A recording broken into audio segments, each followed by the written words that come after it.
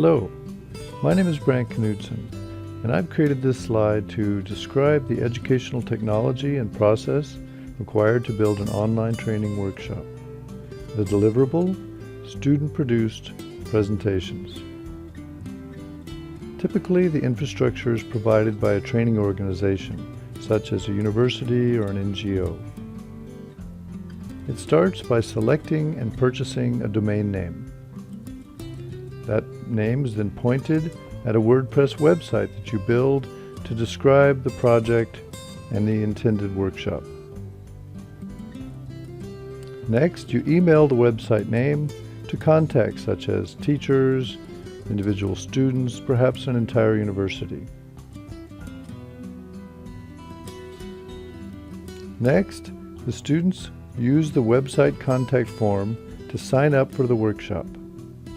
This forms a database of students. You can then email the subdomain of the Moodle workshop course. For example, if the domain name was gruencity.org, the subdomain might be workshop.gruencity.org. You email that name so that the students can then self-enroll in the workshop. As you run the workshop, you can send out Moodle News. This generates emails sent out to each participant in the workshop. For example, the students can post introductions and learn how to post pictures. As you operate the workshop, the news coordinates the cohort, typically coordinating a series of forum discussions or other learning activities. You can also host web conferences, and this can help develop a community of practice where students realize that we're all working together, we're all doing this learning process with an intention in mind.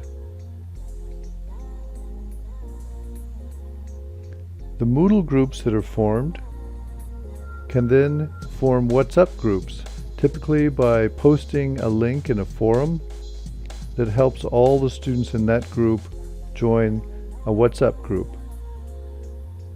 The WhatsApp groups then discuss synchronously in a chat while they work on a Google Doc, while they're doing research, they're grabbing content, inserting it in a document along with pictures, basically forming a long document that later will become a series of slides. The students can often host Zoom meetings. They set them up themselves, and this lets them further develop the slideshow. They can also produce a website, which is then used to host the slideshow and also any videos that they produce. Altogether, the slideshow, the websites, and the videos are put together by the group and presented in a web conference. This forms the deliverable of the workshop. Notice that at the beginning of this process, most of the interactions were asynchronous. As the workshop progresses, the interactions become more synchronous. At the beginning of the process, all the content was supplied to the students, but by the end of the workshop, the students are creating all of the content. I hope this helps you understand the educational technology required and the process to build an online training workshop.